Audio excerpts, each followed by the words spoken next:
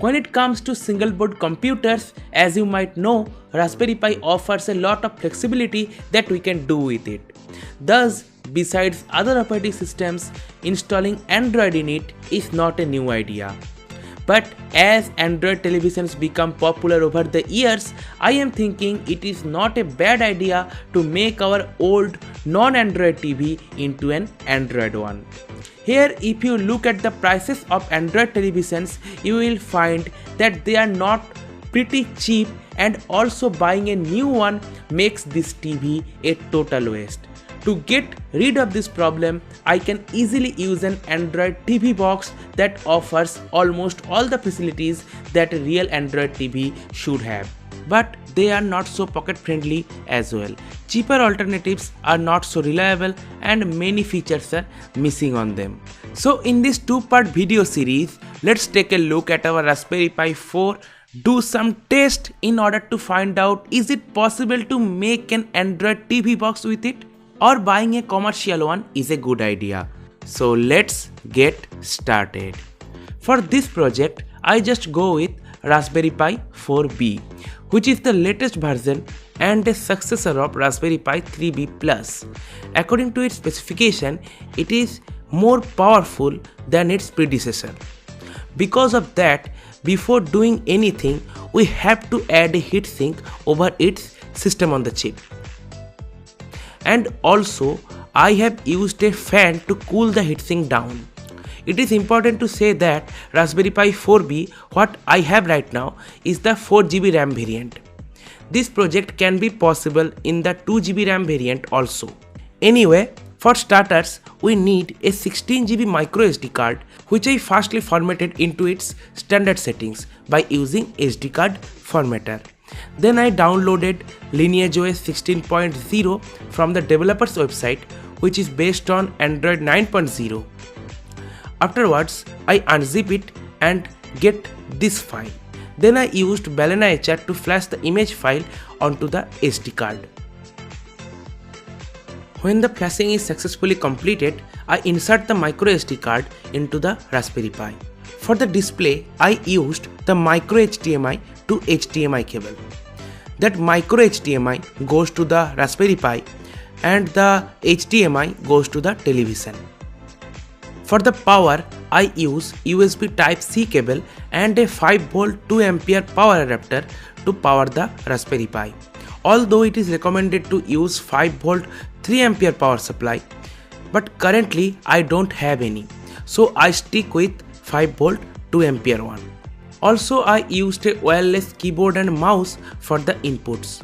After switching on the power, both these lights start blinking, and on the screen, as you can see, LineageOS is booting. When this process has been completed, we jump up into this screen. Here, click on Next, select Language, then select Time Zone. Afterwards, choose your Wi-Fi name, enter the password and click on Connect. Then next on these windows, you don't need to do anything. So click on Next, Skip and Start respectively. Okay, as you can see, the Android is successfully installed. Right now, Android 9.0 is running.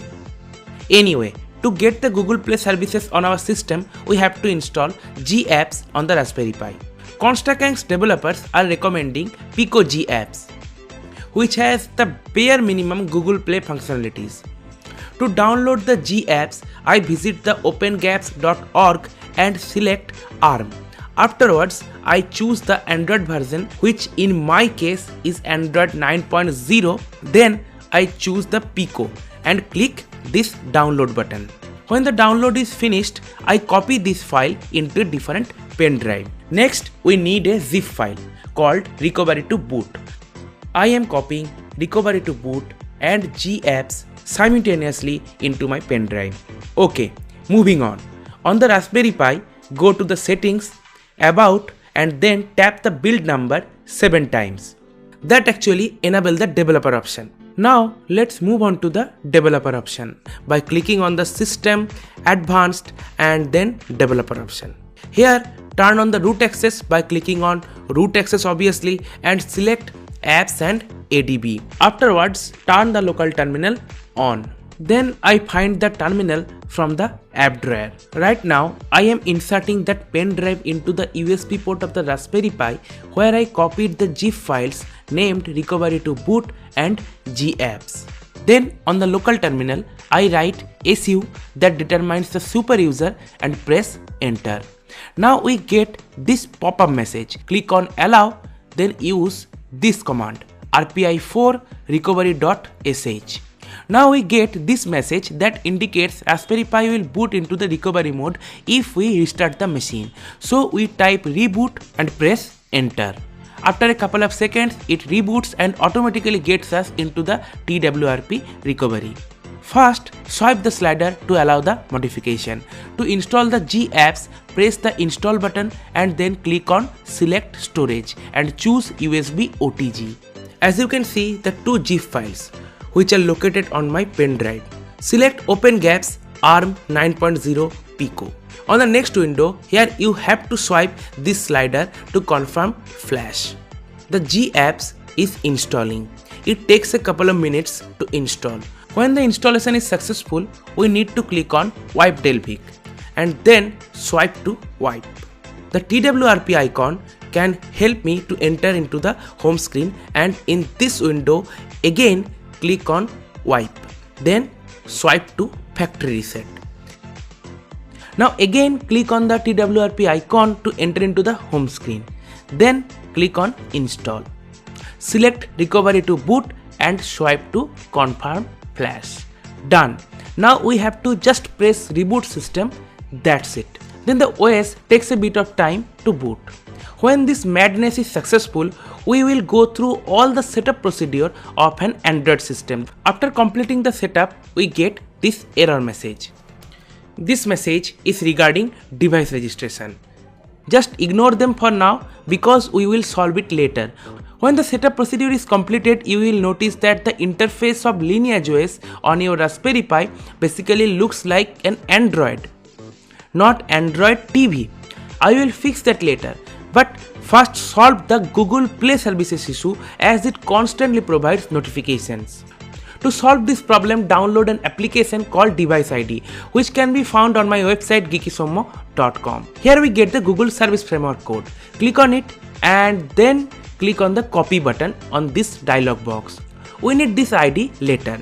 OK, click on the Play Store's error message from the notification panel. It automatically redirects us into this window. In this window, click on this link.